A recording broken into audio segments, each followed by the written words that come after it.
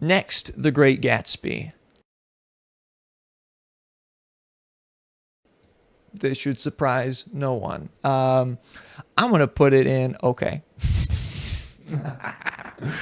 The kinds of main characters that I relate to have shifted in my autumn and winter years at the ripe old age that I am. Yeah, Bond's there because it's a fun read. It's not as necessary as Algernon.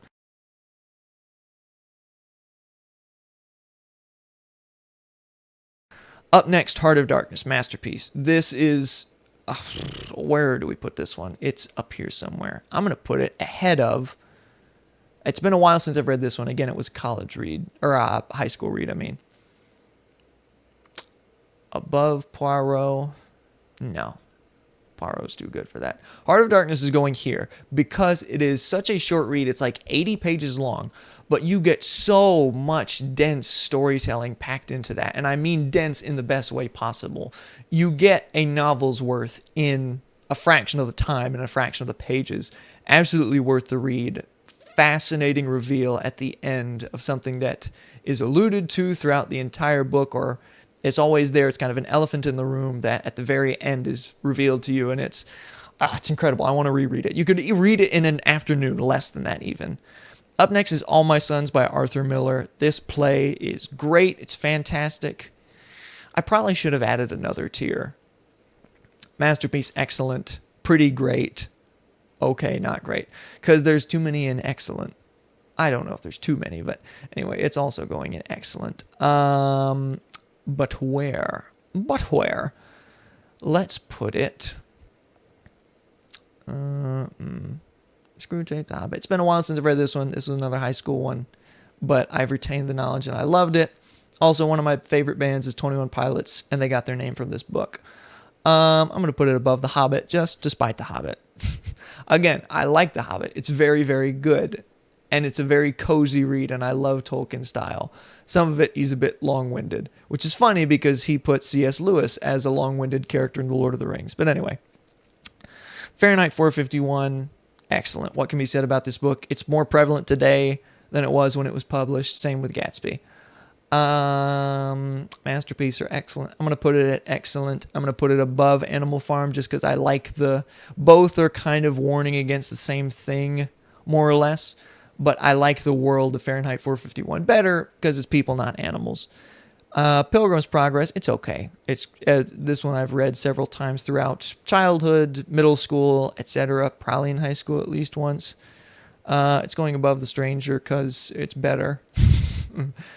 It's going above Oedipus Rex also because it's better. It's a book that's very, if you haven't read it, it talks about like a Christian's journey through life. It's very, what's the word? It's not much for subtlety in terms of the people. The main character's name is Christian, and he has characters around him named Obstinate and Pliable, one of whom is quite obstinate, and the other of which, if you haven't guessed, is quite pliable in disposition. So, there's not much to be said for subtlety, but there that is. The Red Badge of Courage. I take a lot of umbrage with this book. It's going in not great. And why is it going in not great, you might ask? Well, I'll tell you, and I'm so glad you opened up this can of worms. It was a book that was written in 9 days. I'm not jealous that it takes me 6 to 5 years, depending, to write a book or to turn one around. Maybe that's because I'm putting more dedication and story craft into mine. Maybe mine are better just for that, mine are better on this tier list so far. I just don't like it because it seems so, for lack of a better word, pretentious. It's very uppity. It's very full of itself in terms of the main character has this fascination of what he wants war to be before having actually been in a battle or in a conflict of any kind. He's expecting when he leaves the house for his mom to tell him to come back with your shield or on it, like in Greco-Roman times. And then he gets in the battle and he's immediately shell-shocked and he runs and he's like a deserter for a little while, if I remember right. And it's just this long trail of him sort of wandering through the woods and meeting these other people, and it's very boring and I don't like it. The Importance of Being Earnest is up next. This is a very long-winded inside joke with a friend of mine from high school. It's going in masterpiece, and that is truly all I can say about it. Up next is There There. It's a modern book that's absolute garbage. Nothing interesting happens. It's a load of a waste of time. Do not read this book. It's not good. The one thing that I can say good about this book is that it has one of the most interesting things. It does something that no other book on this list, and none other that I've read so far does, is that it has a chapter written in second person. That alone is fascinating. If you were to read the book, I'd tell you only read that chapter, because the rest of it is a waste of time. It's not interesting. I don't like it. Up next is Macbeth. And again, kind of the same with Agatha Christie, with Hercule Poirot. I've read so many of her mysteries. They would dominate the tier list for sure. Macbeth, I've read a lot of Shakespeare. I've read, of course, Hamlet, Julius Caesar, Romeo and Juliet. I started Henry VIII several years ago, I think, which I need to finish. Macbeth is my favorite of the Shakespeares. I'm putting it in, but I don't remember everything about it. But I'm putting it in a masterpiece. Above Notes from Underground, above Candide. I think also Macbeth features the line, "What, you egg, he stabs him." It's going above Candide just for that. Yeah. Okay, I like that. Up next, I can't even read that title. I think that's Wuthering Heights. No, that's not. That's Wuthering Heights. This is Northanger Abbey by Jane Austen. It's going in progress. It's my current read, is Northanger Abbey. I'm loving it so far.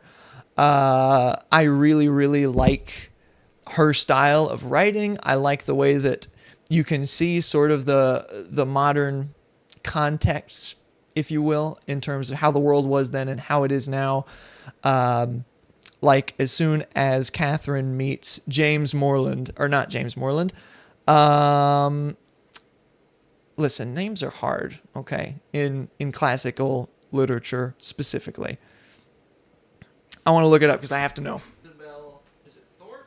I think it's Thorpe. It is Thorpe. So, Catherine Morland, when she meets James Thorpe, he immediately starts talking to her about his carriage and bragging about it, which is what guys do today about their cars.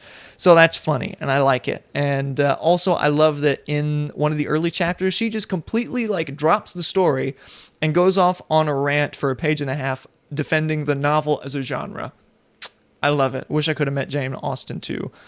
Up next is Good Omens by Terry Pratchett and somebody else.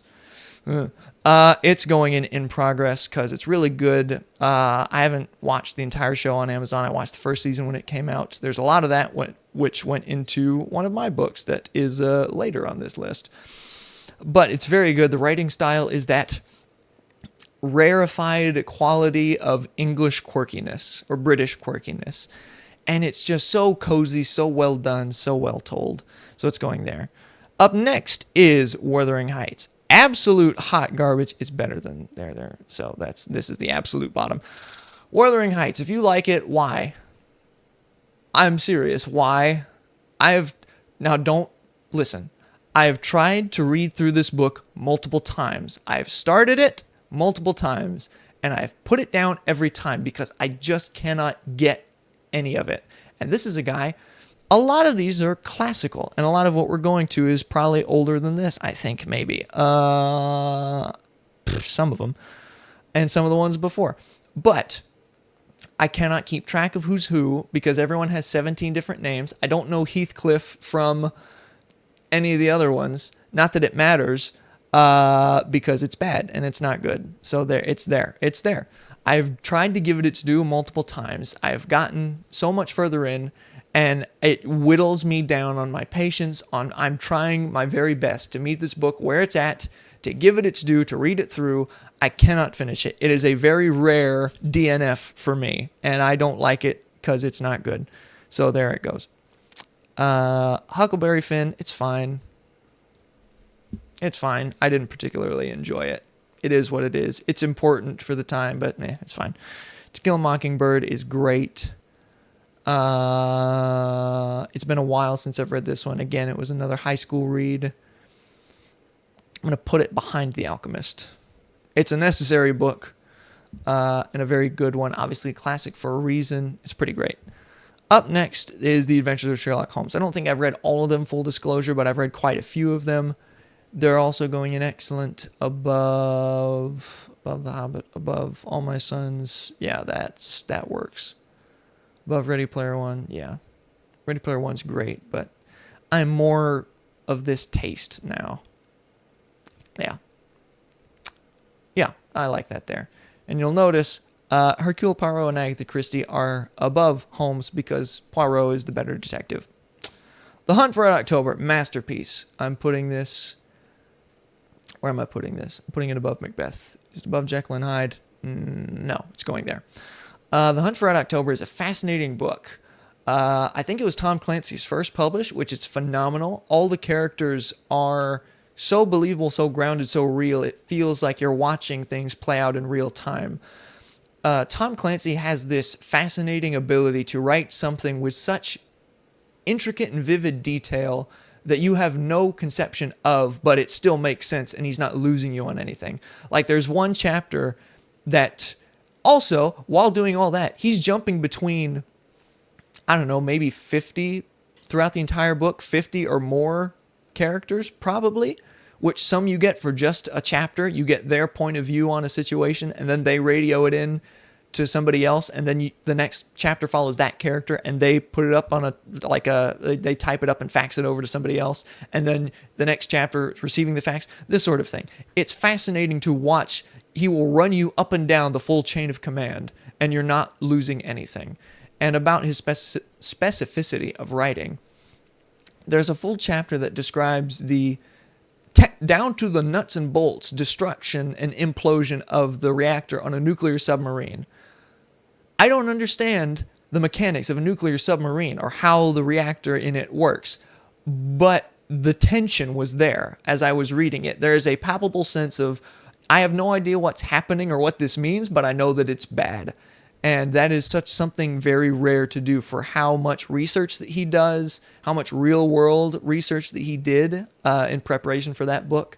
It is phenomenal and is an excellent read. I highly enjoy it, even just from a character perspective. The characters in it are phenomenal. And it's also prevalent with so many people who want to go to communism, which is wrong and doesn't work. Anyway, somebody to hate.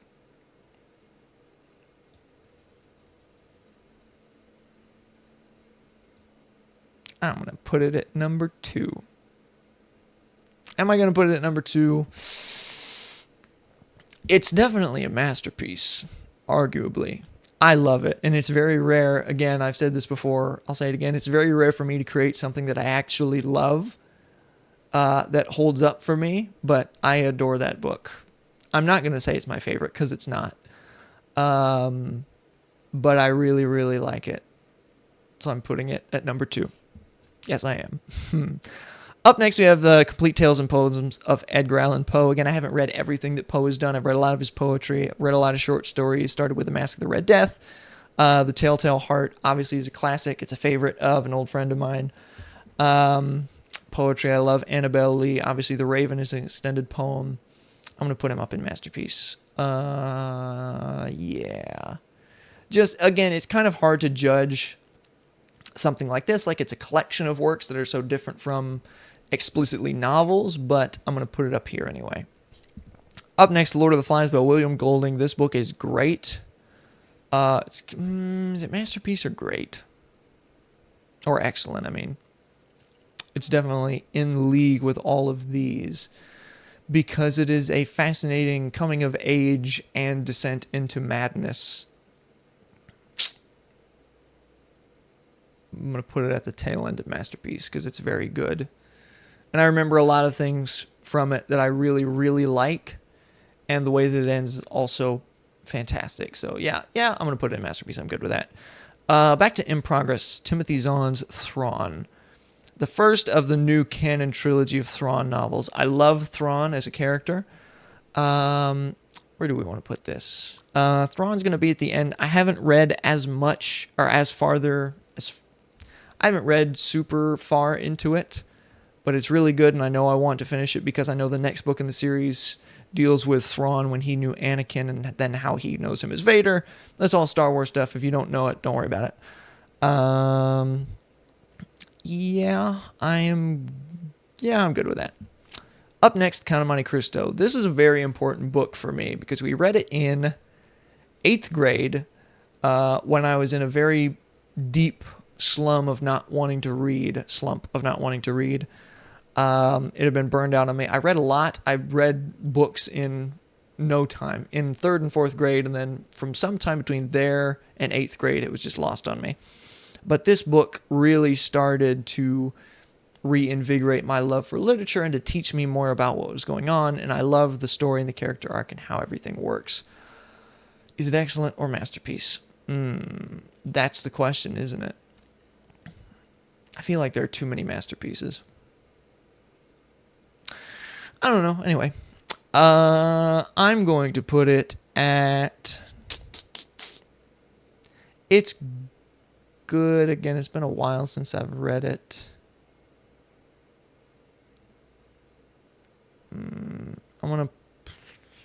I'll just put it at the end of excellent. That's fine. The Divine Comedy is in progress. I'm going to move that to... Yeah, there. Is in progress. I haven't read all of it. I've read most of Inferno. I could have just done Inferno, but I like including the whole thing. And so, working my way through that, I need to restart. It's been a while, but I love the writing quality, so that's great. It's going there. The Art of War by Sun Tzu, it's great. It's okay. It is what it is. I'm not a war general. Not to say that there's not anything applicable in it for me, but it's fine. I like it more than Huck Finn. And I like it a lot more than this appalling piece of poo-poo. Yeah. Picture Dorian Gray is the last one. Last but certainly not least, because I did want to end on a high note. It is an absolute masterpiece. I want to read this one probably most of all from any of these on the list. Do I like Dorian Gray more than Frankenstein? We're going to do some shifting here, because I don't know why Frankenstein is not above Gatsby. I'm changing my mind. I want Frankenstein there. And then Gatsby. It's a shorter read. I like the characters. You get a lot in there. And then Dorian Gray. I think I'm okay with that. Some of these, especially ones at the top, are very contentious, and I could shift them around, and I could think of points to either move them up one or down one all day, and we'd be here till the end of time. But I think that'll do it. I'm taking my hands off, and I'm going to say that'll do it. Yeah, I'm pleased with this. As I'm looking through, nothing is jumping out at me as incorrect or wrong. I take it back. I'm going to put The Alchemist above The Scarlet Letter. I'll call that a recency bias because I've read The Alchemist a lot more recently. I need to reread The Scarlet Letter. And again, I feel like there's some that I'm missing. But this is the definitive tier list for most of what I've read that I can recall at a moment's notice. And that I know decently well enough that I could talk to you about in terms of plot and characters and things like that. Some older ones, or if there's any that I forgot, I have to look into my old notes at. Yeah, I like this. So top 10, if you're wondering about my top 10 books, this will also give you, by the way, as I go on to make more videos and give you more of my writing advice, this will give you a greater foundation of why I value and devalue certain things. Masterpiece, so the top 10. A Gentleman in Moscow by Amor Towles is number 1. We're skipping over this one because it's mine. Frankenstein by Mary Shelley at number 2. The Great Gatsby by F. Scott Fitzgerald at number 3. The Picture of Dorian Gray by... Oh, why am I blanking on his name? Oliver. Oliver Wilde. Oscar Wilde. Wow. We're going to redo that one. The Picture of Dorian Gray by Oscar Wilde at number 4. Halloween Party / several Poirot novels by Agatha Christie at number 5. Heart of Darkness by Joseph Conrad at number 6. The Strange Case of Dr. Jekyll and Mr. Hyde by Robert Louis Stevenson. Yeah, I think so. At 1, 2, 3, 4, 5, 6, 7. The Hunt for Red October by Tom Clancy at 8. Macbeth/Shakespeare as a whole at 9, and Candide by Voltaire at number 10. So this right here, these are the definitive top 10 books, including mine, which is technically number 2, technically number 1. It's number 1 for me out of all the books that I've written. It's my favorite. But yeah, it is that I like. So there you have it. This has been a ranking tier list of most of the books that I've read. Some of these are comical, and those of you who are in on the inside jokes, you'll know which one in particular. But yeah, I'm liking this. I like this list, and it's good for me to know and have a definitive list for the first time in a long time. It's been several years. I've been meaning to reevaluate what my top 10 books are and why. And looking at this has given me cause for some thought behind some of these and why I chose them to be what they are. So thank you so much for watching. If you disagree or agree with me in any of these, please let me know down in the comments below. What are some of your favorite books? I'd love to hear that from you. You can tell a lot about a person by what their favorite books are. And you can definitely tell a lot about me by what my favorite books are here. And so if you enjoyed this, be sure to like it. I'll be back next week with a video on setting. I've got the script for that ready to go.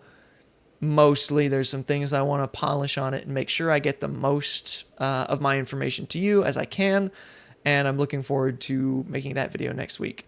If you need help with your book, if you need an editor or a cover designer, you can get in touch with me via email. Go check out www.zdapress.com. That's my website for more information there. You can find me on Instagram at Zach Anderson Author. And yeah, so thank you again so much for watching. It truly does mean the world to me. And as always, I will see you in the next one.